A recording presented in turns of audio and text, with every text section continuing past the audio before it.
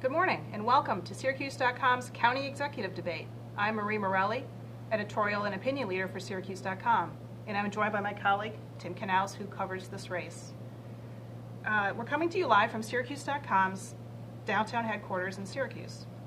We're joined today by Republican County Executive Ryan McMahon, running for a full 4-year term after being appointed to the job a year ago, and his Democratic challenger, Tony Malavenda, a retired businessman.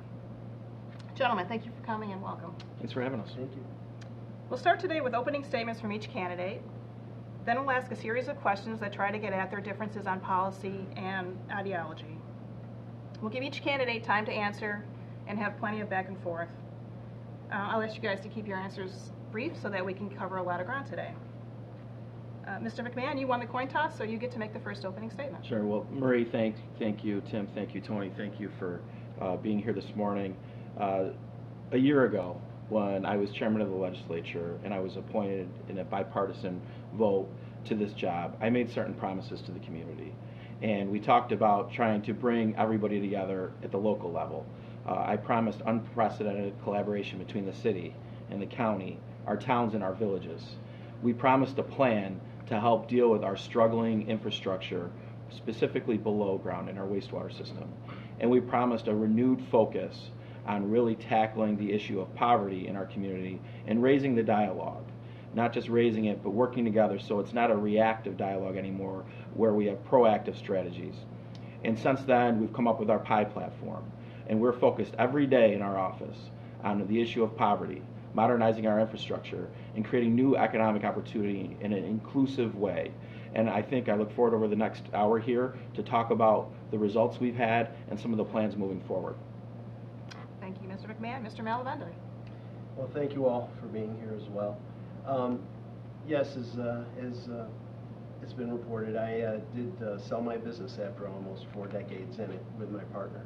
And what that business did was it took me all across the country dealing with sewers and sewer infrastructure in particular, but also wastewater treatment, storm drains, the whole bit. And you know, what that gave me was an opportunity to see the whole country over the arc of several decades. And I saw many, many places in the country progress that I didn't think had the resources we had. And I saw us just remain stagnant or decline. And it's always been a source of frustration for me. And it is true that when I was young, I studied politics. I wanted to go into politics as a child, but then as a child, as a kid. And I realized that this was my opportunity. Now that I sold that business, I was just tired of people asking me if I was going to move to Florida. And I was tired of hearing myself complain without actually stepping up a little bit more and getting involved. And this, I believe, suits my passion better than any other position. Thank you. Very good. All right, we're going to start with questions. Tim's going to ask the first set. Okay, we're going to alternate who answers first. So the first one is for Mr. Malavenda. Mm-hmm. It's a question about economic development. The Onondaga County Industrial Development Agency, or OSIDA as it's fondly known, is now considering a very high-profile application for $71 million of tax breaks for a massive warehouse in Clay that is expected to employ at least 1,000 people. Should OSIDA make that deal and give the tax break? And if it does, should OSIDA demand disclosure of who the tenant is before they consider their decision? So the problem for really anybody is that to answer that question, there's so much information we really need to know, and it bothers me that we don't know who that tenant is. And I think everybody, I believe that tenant is known. The developer at a public hearing out in Liverpool said they were building this building on spec. This isn't like a spec home in a development. You don't build a facility like that without knowing who your tenant is. And the fact that it's also, this has got to be something that has been in the works for a long time. I have an impression that it is far from actually happening yet. But the fact that it's announced in the middle of a campaign season, in the middle of an election, bothers me. So while, yes, I welcome 1,000 jobs, even 1,000 at $30,000 a year, I remain somewhat skeptical, and I do have a lot of questions. So I can't really answer that, whether I personally would give that tax break. It's substantial. Mr. McMahon? I do support the application in front of the OSIDA board. The OSIDA board gives the tax break, not the county executive. But when you look at the opportunity, you're talking about, the question is why isn't there a revealed tenant? The answer is very simple. The property is not zoned industrial. So if you're a business, and Mr. Malavenda is a businessman, so he should understand this, a business is not going to sign a lease for a property and pay a lot of money until they're allowed to operate there. So that's the process. And the opportunity, Tim, is a great one. It's the largest opportunity we've had in a generation. A $350 million state-of-the-art retail and logistics hub. When you look at where it's placed perfectly within our existing infrastructure that was built out to handle more traffic from years ago. In addition to that, 1,000 minimum jobs. And these 1,000 jobs, I know there's some people who are critical, $30,000 isn't a great wage, but $30,000 times two, $60,000 in a household, is above the median income average. And in addition to that, we have 60,000 people in this county, Tim, that make under $25,000 a year. And so this is a direct pathway out of poverty. We've been asking for these logistics jobs. We thought it might have happened at an inland port project, which hasn't come to fruition, but we have them here now, and really it's an opportunity that we must get done so that we can continue to drop that poverty rate in our community. Can I just note that as county chairman of the county legislature, you did appoint the OSIDA? I did. board? I did. Let me stay on the topic of economic development with another question. This one goes to Mr. McMahon. You were chairman of the county legislature for 7 years, Yes. and so you did exert a lot of power over the IDA, the OSIDA. During those years, we did see OSIDA make some controversial decisions. They gave tax breaks to several developments that declined to negotiate with the city IDA, the Aspen Heights Student Apartment Complex, Coors Inner Harbor Project, the Destiny USA Hotel.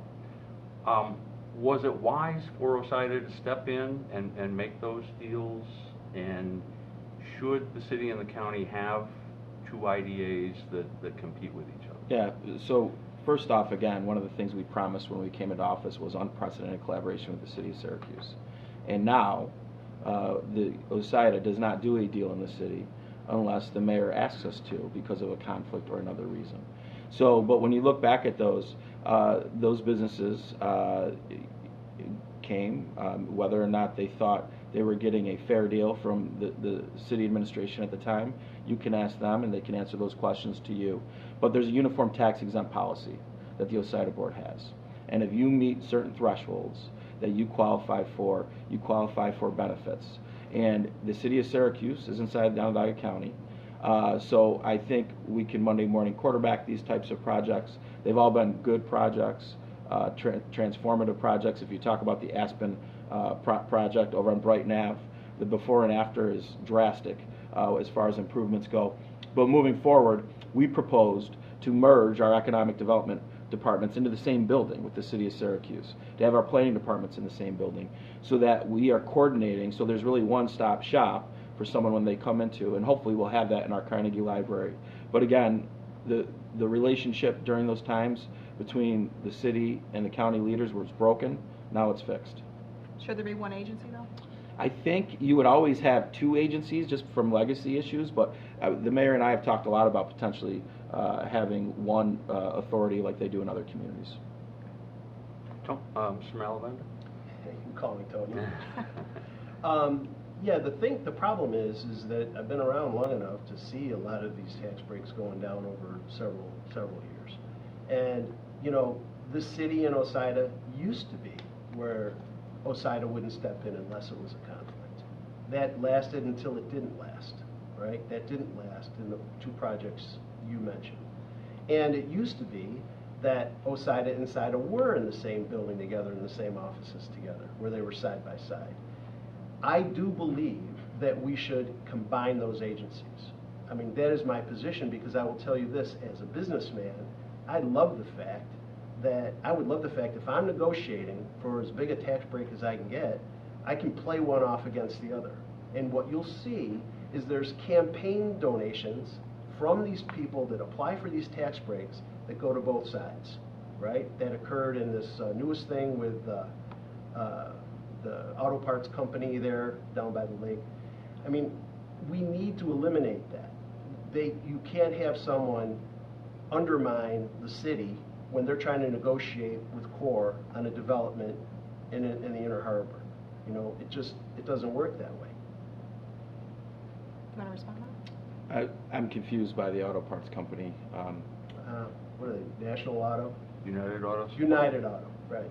Yeah, Right. they didn't go in front of OSIDA, so I don't know. No, they're at SIDA, but the way it works is donations are made, campaign contributions are made to both people, Mr. McMahon, and in this case, the mayor. And if they had trouble going to the city, going through SIDA, they would then go to OSIDA. We have to eliminate that possibility. It's not just a matter of who's friendly, who's working together. We need to build a structure where the city mayor, where the mayor and the county executive really can't step on each other's toes. And the only way to do that is to combine those agencies. And I think the mayor would agree. Yeah, I'm gonna stop you there. look at the mayor and I work better together than any two executives that have been in this community. Those things haven't happened, and the only time a project's going to OSIDA is when there's a conflict. There was a conflict on a hotel project recently at St. Joe's with a SIDA board member and a relative. The city asked us to consider that. The OSIDA board considered that. So this criticism is much to do about nothing. Okay, let's stop there. We're going to move on. Mr. Malavenda, this question goes to you. According to the Consensus Commission, there are 36 government entities doing highway maintenance in Onondaga County. Should the county take over some of those functions for the towns, say snow plowing for a start? So what I believe is that if we were starting all over and just creating a county out of whole cloth, you wouldn't have 36 highway departments, right? But we have them. And what I believe is that in order to move forward and become a modern county, we need to invest in our IT infrastructure. IT is as important in this century as water lines and sewer lines, and I'm an old sewer guy, as people are quickly becoming aware, right? It's important if we get everyone on the same platform so that we can do more than just borrow a truck on occasion, but actually plan and strategize together. There's no reason that every single one of those highway departments can't plan together, because the information is there to be able to draw a plowing route that's going to minimize the amount of person hours in the truck, miles on the truck, fuel being consumed, carbon going into the atmosphere. I lived on a street that was plowed, and then all of a sudden the plow was lifted because it was crossing a town border. And I've been told by people where you've got a town on one side and a different town or the city on the other side, where actually half of the street down the middle gets plowed. It makes no sense. So we need a more substantive cooperation. Okay. Yeah, Marie, that question's a good question. It actually highlights one of the best shared services programs we have in county government with our towns, with the snowplow agreement. So it was a broken system. Tony was absolutely right. It was a system where people would be going from their town road, they would lift up the plow to not go past the county road, they would put the plow back down. When I became county legislative chairman, the towns were very frustrated with the county's position on that. We sat down with them, we came up with an agreement, and now in almost all of our towns and many of our villages, they actually plow the county roads for us, because we actually plow the state roads for the state. So we have a system where in this area we are actually working well together, and we even share severity factor funds with the towns and villages at the end of the year if we get reimbursed through the state. And this is a windfall of cash that goes into their budgets that they then use to buy more equipment and pave more roads. Let me follow up on So- that and add, I'm sorry. Let me just, I want to say something about that, because the plowing is just one example, but it's really everything in public works, right? So it's how we age our fleets, right? So you can be in one town where they have a backhoe that's aging out that has to be replaced, while the town next door, 4 miles away, there's another highway barn that's got backhoes sitting idle in it. How we age our fleets, how we do everything. The plowing is just it's actually the one thing this county does very well, is plow its roads. Thank you. Okay. But it's every aspect. All right. It's every aspect. Got it. Let me follow up, though, on some low-hanging fruit that people see out there. The parks departments, the city and the county both have parks departments. Would you be in favor of merging them? Yeah, when I was county legislative chairman, I was working with Councilor Bob Doherty about taking over as a pilot program the city's big four parks. And at the time, they were having troubles keeping pools open. There was pool liners that weren't working, disrepair to the retaining wall in Onondaga Park, Hiawatha Lake. And we looked at that. Mayor Minor did not like the idea. Mayor Walsh and I have talked about this as an idea. There's lots of things that we've started to do from shared services. You'll remember one of the marching orders you gave me at this editorial board was do more on shared services, provide real savings to the taxpayers. We announced last week with the city, the school district, and the county, we did joint purchasing on our Medicare Advantage for our retirees, $14.6 million savings in next year's budget for the school, the city, and the county. That's going to get the city's structural deficit almost cut in half immediately, and we have more things coming out. So there's a lot more we can do, but to be able to do that, Marie, you need to have trust, you need to have partnership, and it's not just between myself and the mayor. The legislature has to approve this, and so does the common council. My background as being a common councilor, being a legislator, and now being county executive is one that builds this type of trust. Mr. Malavenda, parks? So the thing with parks is really very similar to other aspects of local government. We have to look at it individually and see what makes the most sense. I understand why the city is reluctant to turn over its parks. They view that they have a sort of a different and special need, and you know, they probably don't want signs all around the parks that have the county executive's name on it, as the county parks do. I mean, there's a situation where what we have to look at who is going to control what the feel of that park is, how it impacts that neighborhood. So having some sense of local control there makes some sense to me. But as far as the partnerships go, and I think this is important, the mayor and I have a very good relationship. And as an old salesman, I'm used to laying my ego out over mud puddles for people to walk on. To me, you know, when we work together, there's no real limit to what this county can do. But we have to work together, whether we're talking about parks or we're talking about water systems. Okay. I'm going to move on now. Mr. McMahon, this question is going to go to you. It's about 81, Interstate 81. During the coming year, as the state finalizes its plan to replace the viaduct, what will you be pushing for in terms of mitigation, economic development? Yeah. So as executive, you represent all neighbors in every corner of the county, and the issue impacts different municipalities differently as it does today. So the one way we can try to make sure that this project doesn't create winners and losers, and in another 50 years when it needs maintenance, there's another debate for our community to have on whether that should be the same path or maybe be building a new bridge, is to mitigate those challenges. So we are working right now with DOT on transportation infrastructure improvements that we want to see in our eastern suburbs, because it's a community that already has traffic issues and will be having more traffic dumped on it. At the same time, much of the complaint from our northern suburbs is the fact that regional economies have been based around the traffic.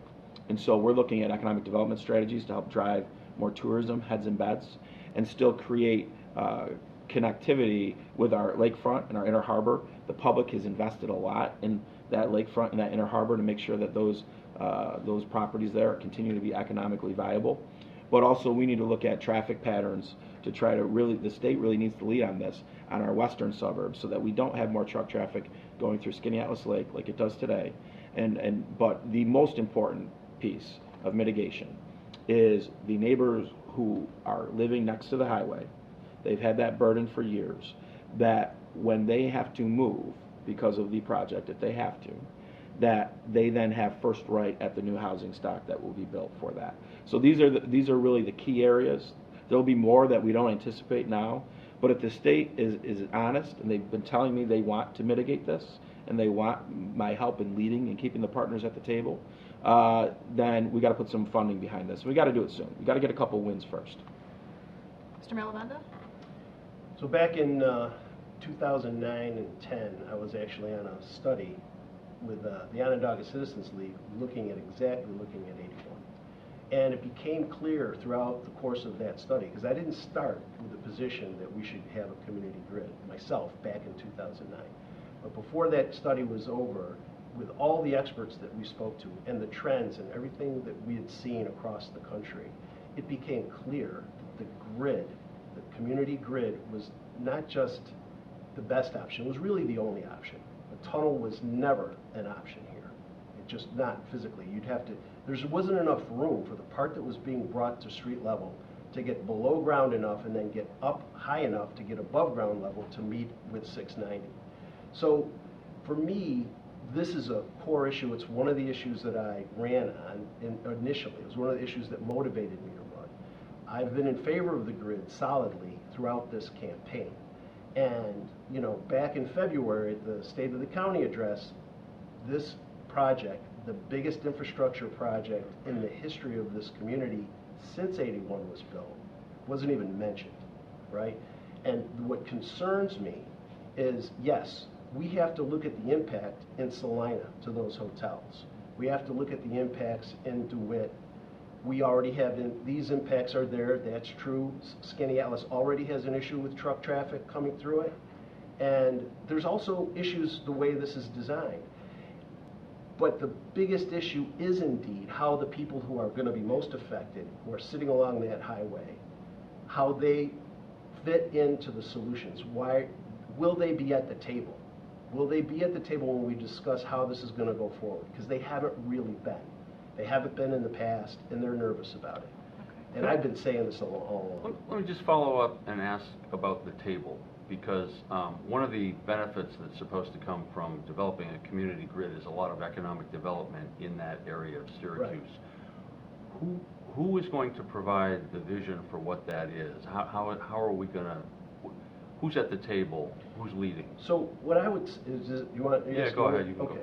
So I think this is where we should be with the mayor, right? This is where we should be looking at the mayor, working with him, not just saying we're going to work with him, but actually work with him. He should be getting full-throated support, first of all, for the grid, because otherwise we're still talking about super elevated highways, and we have a chance that we're going to lose this thing, which would not surprise me. That's the risk.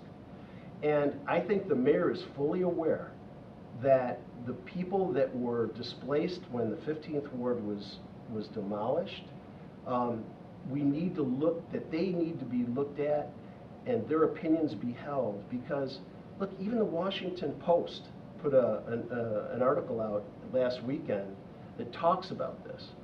What we need to generate is the potential for an organic community that is integrated. That's going to mean requiring, you know, minorities to have an opportunity to participate in that development. Mr. McMahon? Yeah, so there's a couple things going on anticipating this project. One being the Blueprint 15 project with the Syracuse Housing Authority campus, and looking at Allen Foundation and what they're doing in that partnership. And I was just recently at a meeting, and as you know, the Syracuse Housing Authority, the mayor has the appointments, a very diverse group of community leaders, and they picked their designer to help design what they want that to look like. In addition to that, the amount of land that will be available for development is probably a little bit overestimated, because the state's going to still need to keep some of that for right away. But whatever land is available, it should be put into a land trust, where there is opportunities for private sector folks to compete, including minority and women businesses, including neighbors from that, so that it's just not gobbled up from our nonprofit partners. But we should have design standards on the corridors, and that's where really county planning with the city county planning agency should look at. Like, it's an opportunity to have design standards so that you can really create that corridor into an economic engine, and some of the promise that I know that the mayor has been advocating for can be seen. And certainly you can ask the mayor himself about our partnership on this project. I'm the one keeping everybody at the table. Again, we reference mitigation wins. If we want to tell people in Cicero and Salina this is good for them, let's come out with some mitigation wins so that they can buy into the story. Okay. I thought I should ask a question about negative advertising, because we've certainly seen it flare up, and I suspect it may even get worse.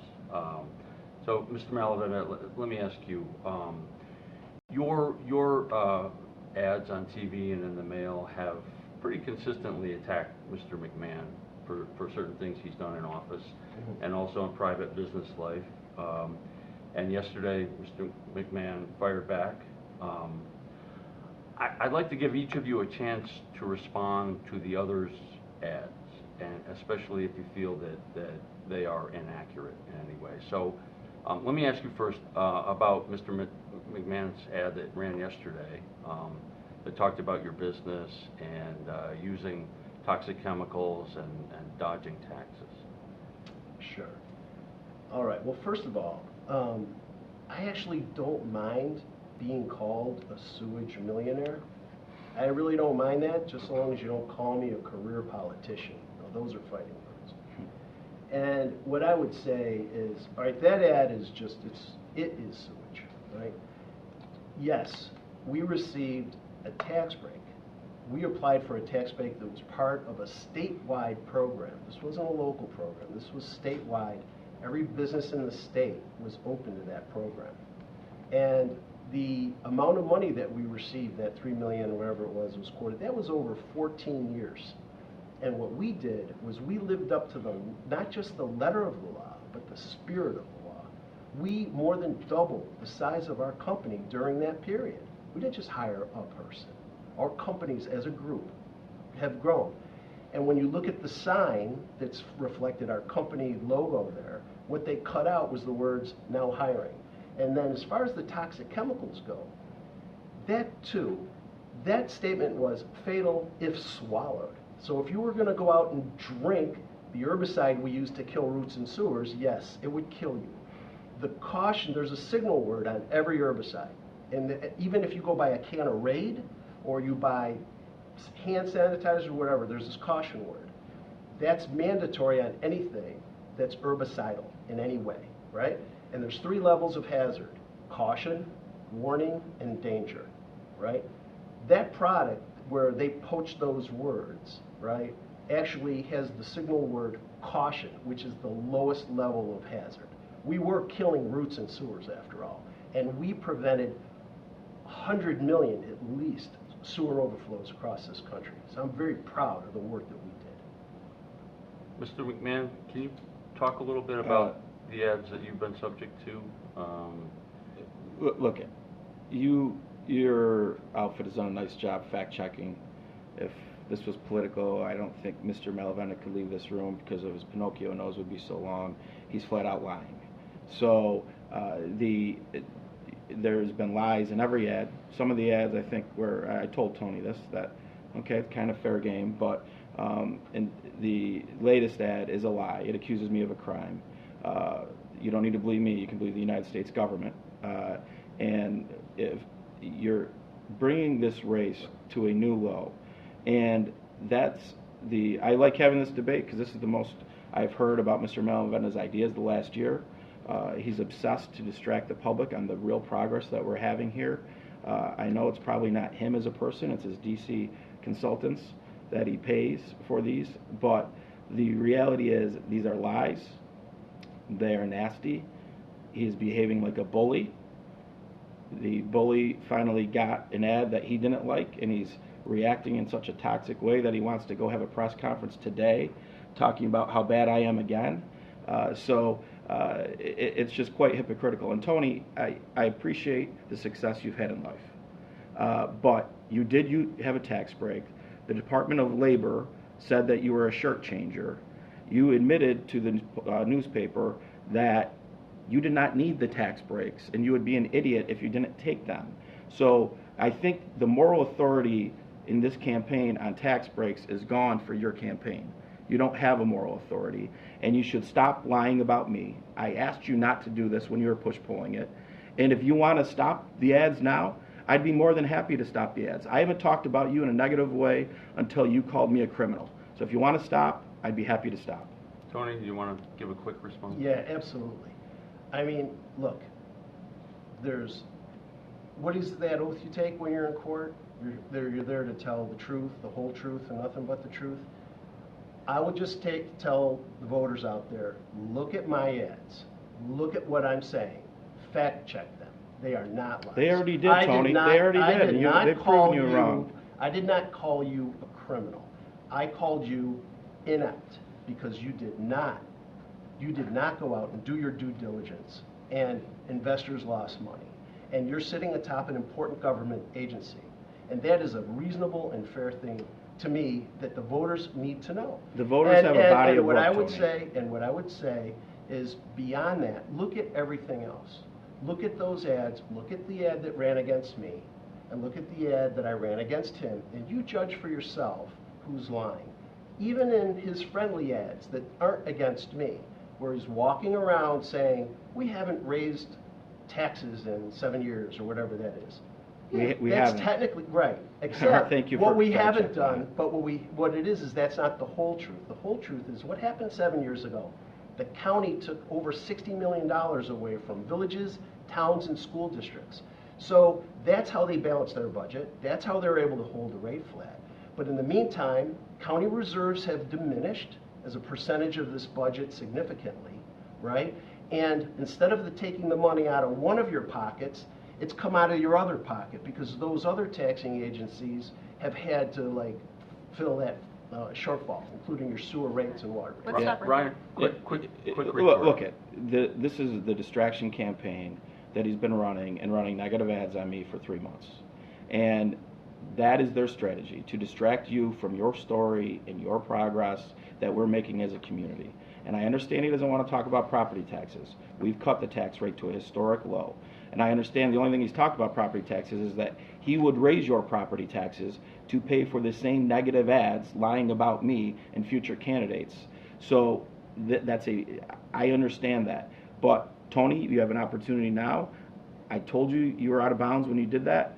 You've been proven by the media that your ads are false and lying. If you want to stop the nonsense, I would love to stop the nonsense. I enjoy sitting with you and debating with you. But that's not what's happening now. The distraction campaign needs to stop. The media hasn't proved that any of my ads are false. I think there was an article the fact that my yesterday. ads, I mean, you just lied, right? I've only started putting ads up in September. So negative ads for 3 months? And and I didn't talk about your pay raise that was illegal, which it was, because you lost that lawsuit. It did cost the county $500,000, right? I didn't talk about that until, a week ago, and that is something that people have a right to know. We're going to get to that later. So go ahead. We'll go back to other issues and Yeah. come back. All right, this is for Mr. McMahon.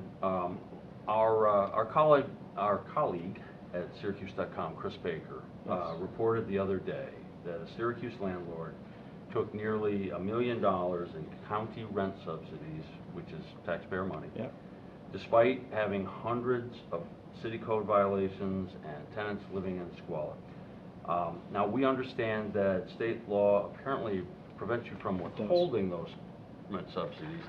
Is there some creative way that the county can use its leverage to improve the living conditions of those folks in those apartments? Yeah, so this is an issue. When I became county executive, especially specific to the lead issue, I looked at my executive order authority and/or policy changes. And there's a Spiegel Act that specifically states that if there is a property deemed hazardous to lead, that I can withhold via executive order any public assistance payments for any unit in that building. And that's the executive order we signed earlier this year. I did try to do exactly what Chris is referencing here. I tried to not only just hold for that one property, but try to hold it by landlord. And we were told by our law department and confirmed by the state of New York that that is something that we did not have the power to do. I think it is something that we should have the power to do. I think if we could hold those assistance payments to these landlords, that would get their attention. It's gotten their attention, I think, with what we're trying to do. But again, this is something that there's federal law and state law that's very specific on this. And I wish we had the ability to do that. We're advocating to get that authority. We just don't have it yet. Mr. Malavenda? Yeah, I mean, it's like so many other things in government. Everything, you find these things out, years after they've been going on. and where there's just so little proactivity. Mr. McMahon, you know, acts as if he hasn't been in government for years. He acts as though everything that ever went on that doesn't look good, well, that was the old county executive and he had no influence, or he wasn't on the common council, you know, presiding over a municipality that has elevated itself to the dubious level of being first in concentrated minority poverty. These are important issues. I was at we bring up lead. Rochester in 2003 enacted, and Monroe County enacted a lead program. We enacted and it fell on its to the side and it never went anywhere. We have county inspectors going into buildings. I was told this by a county inspector at an open public forum at the Art Rage Gallery just about a month ago. They go into a multi-family house. They find lead. They don't go upstairs and check the other apartments because they don't have the resources to do it. So it's like you're talking the talk, but to walk the walk, you've got to put the resources there. And it's late now. How many hundreds of kids have been exposed to lead levels just over the past 4 or 5 years? We don't do the inspection period. That we come in with our inspectors to confirm what the city codes have found in our health department, and that's when we come in. We have an amazing lead program that's been very successful, and it's been going on for many, many years. The city of Syracuse, under Mayor Minor, lost their lead designation, and instead of the county not investing back in the city homes, which have the largest concentration of lead issues because it's the oldest housing, we actually started using our county funds to supplement that. And then we worked together to get the city their grant back in 2018. The county was just awarded another grant. You don't get these funding requests without having a great team. And again, there's a lot of work that needs to be done. But this is one of those issues, Tim and Marie, that the community's rallied around. It's not just the county, not the city, the community foundation. There's been many groups and neighborhood groups that have taken this issue on. They're holding their leaders accountable. We just got done having 3 town hall meetings on this very issue. So there's a lot of progress being made here. So my problem is that as a citizen, which is what I've been, right, the nation has been aware, at least, it's actually was before this, but at least since Flint, we have been aware of the hazards of lead. And I don't really see much being done here. I haven't seen it, I haven't heard about it until we get to an election period. All right, let's stop you there. We're going to switch gears a little bit and do a short lightning round of kind of lighter questions. Okay. I'd ask you to just give me one-word answers, or yes or no, or Okay. But we'll start with you, Mr. Malavenda. What was the last movie you saw in a theater?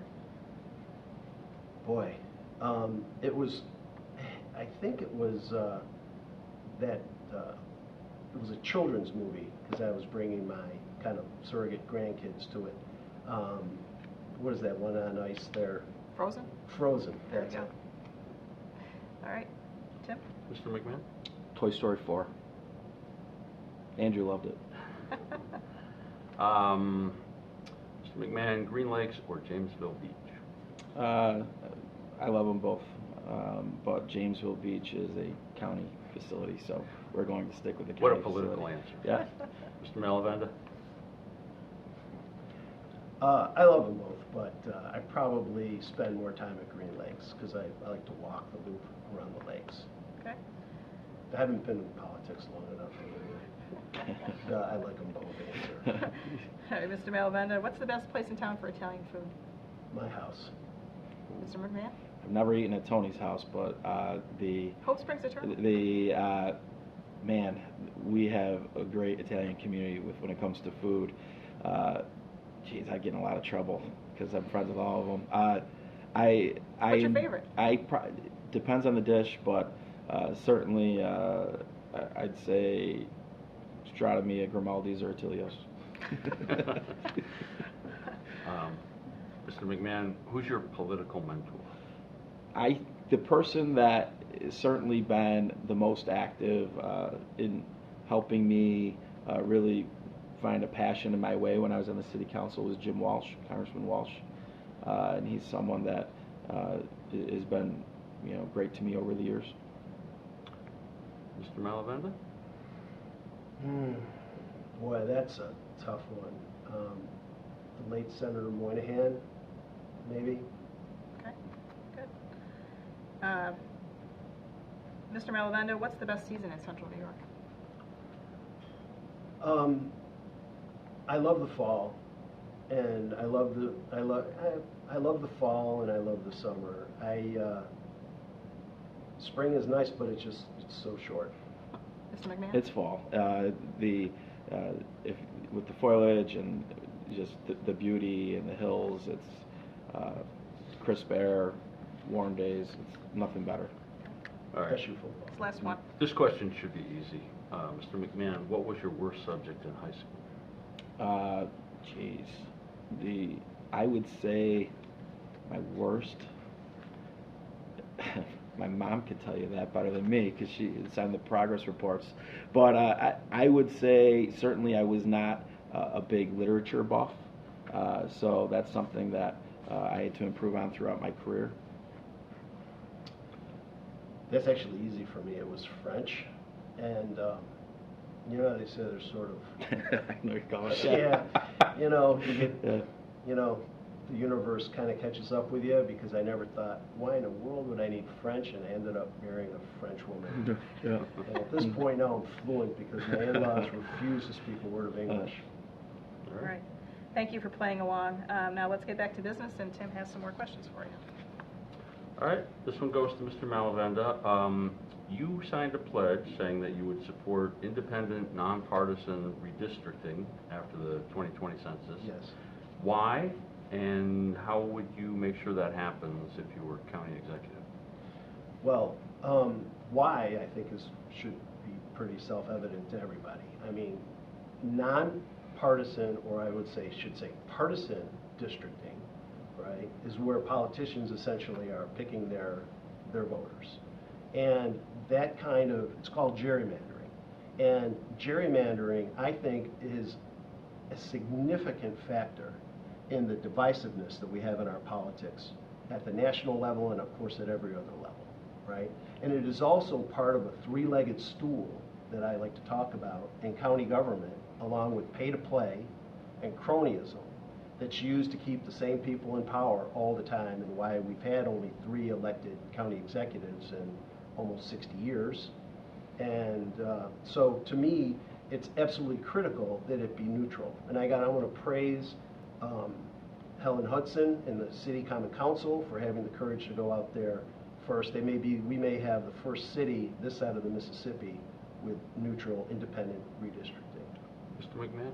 Yeah, look, I came from the legislature. I understand the process. I understand the legalities behind it. It's more complicated than just saying nonpartisan or whatnot. There's things that you have to look to do to protect. Districts are drawn based off population. You're allowed certain variances. You can't try to dilute minority communities. There's case law that says you can't put incumbents against each other. But I've said that I actually voted for, when Mark Stanzik put forward an independent redistricting resolution when I was the chairman of the legislature, I voted for that. If we can figure out a way that's truly independent and you don't have partisans at the table, I think almost all the legislatures have signed that pledge by now, then maybe it's a good process moving forward. But the role we really have as county executive is if they give you a local law that's gerrymandering or doing things that aren't in the spirit of what's supposed to happen, I said I would veto it. I have to say, though, but Mr. McMahon was on that last commission. It was a partisan commission, 4-2. The districts that were drawn, the vote on that was 4-2. The Democrats on that commission had essentially no say. Yeah, it was Joni Mahoney's appointment, and one of the county executive's goals at the time was to have metropolitan districts, so that people couldn't look at just suburban or urban interests like the way that the previous legislature had been. It used to be the Republicans drew the suburbs, the Democrats drew the city lines, and then they would sit there and act crazy, yelling at each other because they had very distinct populations to represent. Joni Mahoney put me on for the sole purpose to try to advocate for metropolitan lines so people represented suburbs, city neighborhoods all together so they could look at it from a countywide perspective. Didn't that create some kind of crazy districts, though? It did. That in communities of interest that were split up and neighborhoods that were Absolutely. split up? I don't agree with that neighborhood. You could maybe make some arguments because you're dealing with the population, but certainly some of the districts weren't, the maps don't look as pretty, but I think from the policy standpoint, you have more legislators today that represent parts of the city where I'm from than were previous to that. Except that many of those legislators have a little piece of the city, and then they have this larger constituency. Where I lived, which is within about 100 yards of the city before I just moved, because I moved recently into the city, the same neighborhood. This is over by Nottingham Plaza. My district ran all the way down to Fabius, right? And the reality is, you just look at the results, right? You've got a county with almost 30,000 more Democrats than Republicans, but you have a legislature that's a supermajority Republican. And I don't believe it really is so much a Republican-Democrat thing as it is an incumbency thing. It's like the rest of it. It's just all designed to keep the same people here. And I mean, the facts speak for themselves. All right, let's leave it there. Mr. McMahon, you are only the 4th person to hold the office of county executive in more than half a century. And I believe you're 39 years old. Sir. If you win the election, you could potentially serve for a very, very long time. Now, in the city of Syracuse, the mayor is limited to 2 terms. Should we have term limits in county government? I'd be open to looking at it. How long is it? How long a term? You know, I think you have what you see now. I think with the scrutiny that you're under in this position, that there's a shelf life anyways. There's a natural shelf life now, and obviously, you know. But looking at a 3 or 4 year term limit, I think, is something that I'd be willing to look at. Mr. Malavenda? Yeah, absolutely. I will be honest in that I will say that when I first heard the term limits was when Bill Clinton was president, and Newt Gingrich brought it up in his contract with America. And at that time, you know, being a Democrat, I looked at Newt Gingrich as, I viewed it as if it was just a cynical attempt to flip Congress over to the Republican side. But over the years, I have really warmed to that, because it is a problem having career politicians. It is a problem because no one, you know, there's this old cliche that a new broom sweeps clean. Even in my business, my partner and I, we ran that thing for decades. When we finally sold, we were having coffee together in January, and the new owners had made a couple of changes, and we were brutally insulted by those changes, right? We were like, what do they know? We've been doing this for 40 years. They think they know better than us, you know, this sort of thing. After we had a chance to kind of calm down, I saw him again about a month later, and he looked at me and he goes, you know, we probably should have done that 12 years ago. And I'm like, yeah, you're right. You know, every organization gets old. You need to have new vitality, and you really don't get, ultimately, diversity unless you change. And so, yes, I'm in favor of term limits. Okay. All right, let's move on. Mr. Malavenda, I'm going to address this to you first. Should there be a swimming beach on Onondaga Lake? How can the lake become more of a community asset than it is now that it's cleaner? So I've been very clear in my campaign. I do not believe that we should be talking about a beach at this time. That doesn't mean I don't want one. I would love to have one, but like those grandchildren I was telling you about, I wouldn't want them swimming in that water, right? I don't trust this. I have my history, my business was dealing with the DECs of the country, all around the country, and the federal EPA. And I've seen standards, safe standards, get lowered and lowered and lowered over time. The standards for lead in our water were lowered. Now there's a belief that no lead is appropriate. So when I see that, you know, people saying, okay, the water is safe enough for a beach, I don't trust that. I don't believe that there's many people, particularly in the Onondaga Nation, that have looked at the science and question it. So I would want to see an actual trend over a significant period of time, like a decade, before we actually try to put money into a beach, especially when we're still having sewage overflows, causing 90 million gallons of sewage to flow into the lake, polluting the lake. So to me, it's like buying new furniture instead of fixing a hole in the roof. First, we got to get that roof fixed. Mr. McMahon? Sure. Yeah, this is an interesting question, and it's been attacking point of my opponent. This was a policy from the previous county executive. We received a grant from Assemblyman Bill Magnarelli, who also supported the policy. We are studying whether or not the water is clean enough to swim in, and if so, what a beach would look like. I've been very, very clear, this isn't my favorite plan, and also that you can't just build a beach just because the water is clean enough to swim in. You need to have a demand for it. So I'm skeptical of the plan. There'll be more public engagement about it once the study's back, and if there is a demand for a beach from the community, the legislature will have a decision to make. But in addition to that, the premise of your question about making Onondaga Lake more accessible to the community is let's continue to do what we're doing, finishing the Loop the Lake Trail. We have another segment of that that's going to be completed this week. It's fantastic. It's gorgeous. We'll invite everybody out to see it. But by creating the trail all the way around the lake, you'll get every aspect of that lake. That trail will connect into the Empire State Trail. That trail will connect into the Creek Walk. So you'll be able to walk from Kirk Park all the way to potentially DeWitt, or ride a bike if you choose to. So that's, the Loop the Lake Trail sounds great. I think one of the ways that you look at something like that, if you're talking about demand, is how much of the Loop the Lake Trail is in use right now?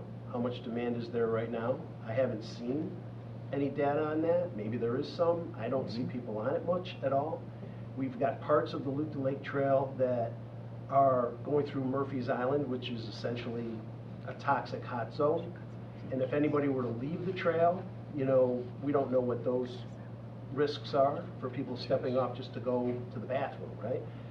And, Mr. McMahon has already been out on the lake. He's jumped in the lake to promote it, right? Which reminds me a little bit of,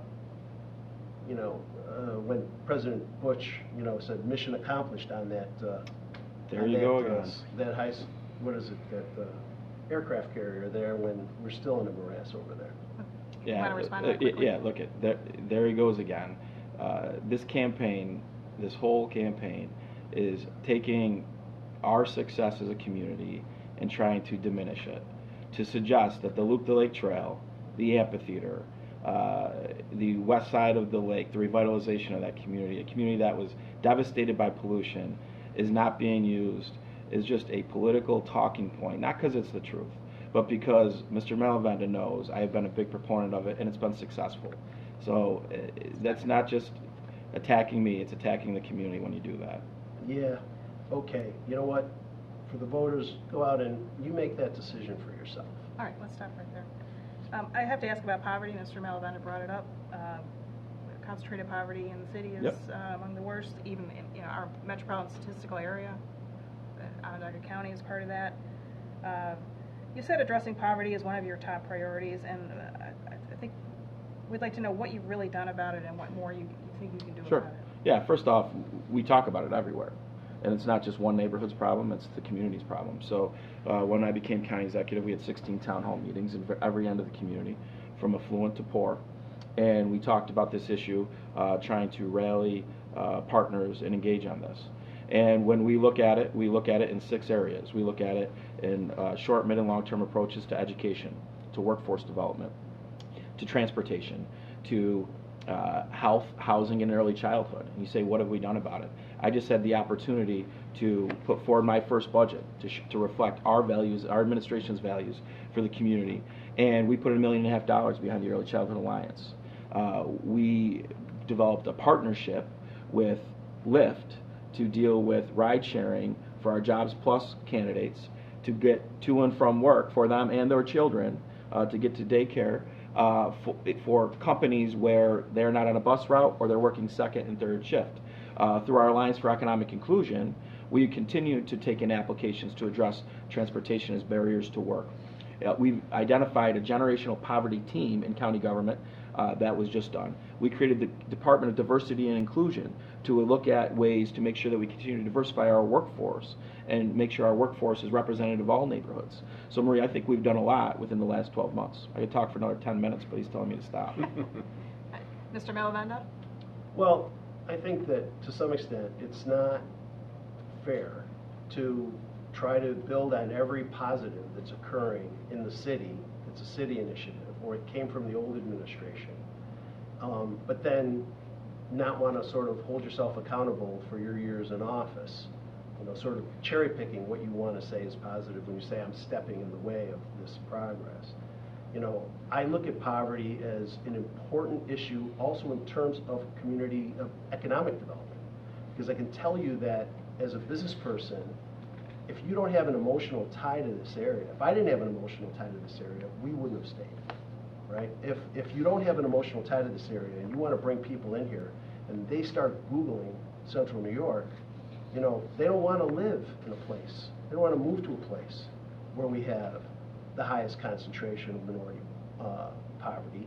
And it's not just, we're not just talking minority poverty in the inner city. We're talking about, we are not a wealthy country, our county, where our wages are 20% below the national average. There's a lot of poverty in our inner ring suburbs and in our outlying rural areas. So, you know, to me, this is an area where we have to bring people who are living in poverty, not just to the table, but give them positions of power. Not just talk about it, but let them be part of the decision making. Okay. We have time for one more? Yeah, we have one more question. Mr. Malavenda, you have been in private business all your career. You built up a private business and recently sold it. If you're elected, you would have to navigate the political world. As you pointed out, you might have to deal with a legislature that's predominantly Republican. Are you prepared for that? I believe so. I believe so. I think that, first of all, I'm aware that things aren't going to be as easily directed as you can direct them in the private sector. But I think that my experience in the private sector is critical, not just because I speak the language of infrastructure, that's what I essentially spent my career in, but also because of the culture that we had in our business. I want to bring that to county government. We had a very positive culture. Our org chart was our employees, a couple of managers, and my partner and I. Our whole position was to support employees, to let them decide how they should affect their mission. And what we found was that was incredibly productive. And I want to bring that to county government. I think that's a sense that I have from that perspective as someone who actually has managed people and created jobs. But more than that, you know, I also feel like we have to value our assets, and we have not done that. That's why our infrastructure is in such bad shape. And you know, when we talk about poverty, we're talking about people. People are an asset. I'm an old economics major too, right? I mean, I studied economics, and when you measure GNP, gross national product, workforce, people are part of that. And we have neglected them for far, far too long. And I don't, so I'll end it there. Mr. McMahon, you want to talk a little bit about the difference between private business and politics? Yeah, look, I have private business experience. I've had some good, I've had some bad, and anytime anything bad has ever happened to me, I've been subject to ridicule by the media. And the reality is it's not the same. It's absolutely not the same. And you can't run a campaign attacking all of your potential partners and say that everything that's happened in county government for the last 40 years is bad and expect them to want to be willing partners moving forward. You can't run a campaign of distraction and negative ads the whole time and not discuss your vision and expect the community to buy into what you're doing. And so the reality is I have a unique set of experience that I was a city councilor, I was the chairman of the county legislature, now I've been county executive for a year. I've managed over 3,000 employees, a $1.36 billion budget, and there's a record of results. Whether they are good or bad, the public will decide, but there is a body of work there to look at, and it is not the same as just a private sector guy coming in and saying, do this or do that. There's rules and regulations, and there's 30 different departments, and it takes time to understand all of that. And there's nobody better prepared for this role than the person that's been doing it for the last 12 months. All right, we'll stop there. We're going to go to our closing statements, and since Mr. McMahon started, we're going to start with you with the closing statements, Mr. Malavenda. Well, let me close with this. Look at, I'm 63 years old. For me, this is about getting underneath the politics and trying to separate out what I believe is harmful and what has dragged us back for decades. I'm not going to have a problem working with people who are in office. I'm not attacking anybody individually. I'm getting them, they're coming to me and patting me on the back because they know I have no baggage. I'm in the best position to clean up county government because I have no baggage and because I've refused to take money from vendors, consultants and lawyers, people doing business with the county, as well as their spouses and their executives or executive spouses, right? And I've committed to doing that going forward so that I remain uncompromised. I'm in the best position to do that. And I think if once we get past this kind of negative insular politics where everybody's in their own little silo and only looking out for their own little interests, that's when this county can really grow and prosper. And I'm in the best position to do that because of my circumstances and the situation where I'm in my life. Thank you. Mr. McMahon? Thank you, and thank everyone for the discussion today, and thank everybody who's watching this online right now. This campaign is about our story, and if you think about our story as a community, it's a comeback story, a community that didn't handle from the Industrial Revolution to the third generation of automation well, and our economy has rebounded, and partnerships have been formed. And city government and county government and our towns and villages are working together better than we ever have. We've opened up county government in a transparent way.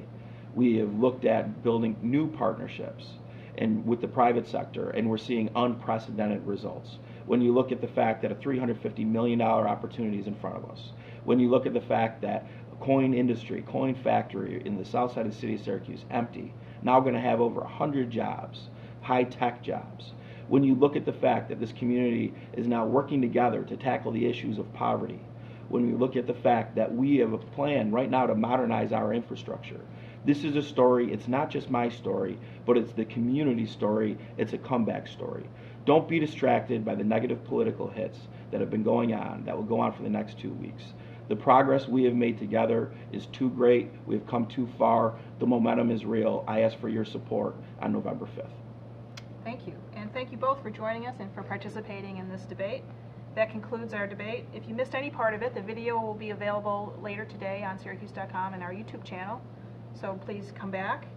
And please follow syracuse.com for continuing coverage of this race and all the other local races happening this month. Election day is Tuesday, November 5th. Some polls will be open this weekend, starting Saturday, as the county implements early voting for the first time. That's October 26th, so make sure you get out and vote between then and November 5th. Thanks to the candidates again, to our viewers, and to our subscribers. Your support helps make our work possible. Thank you and good afternoon.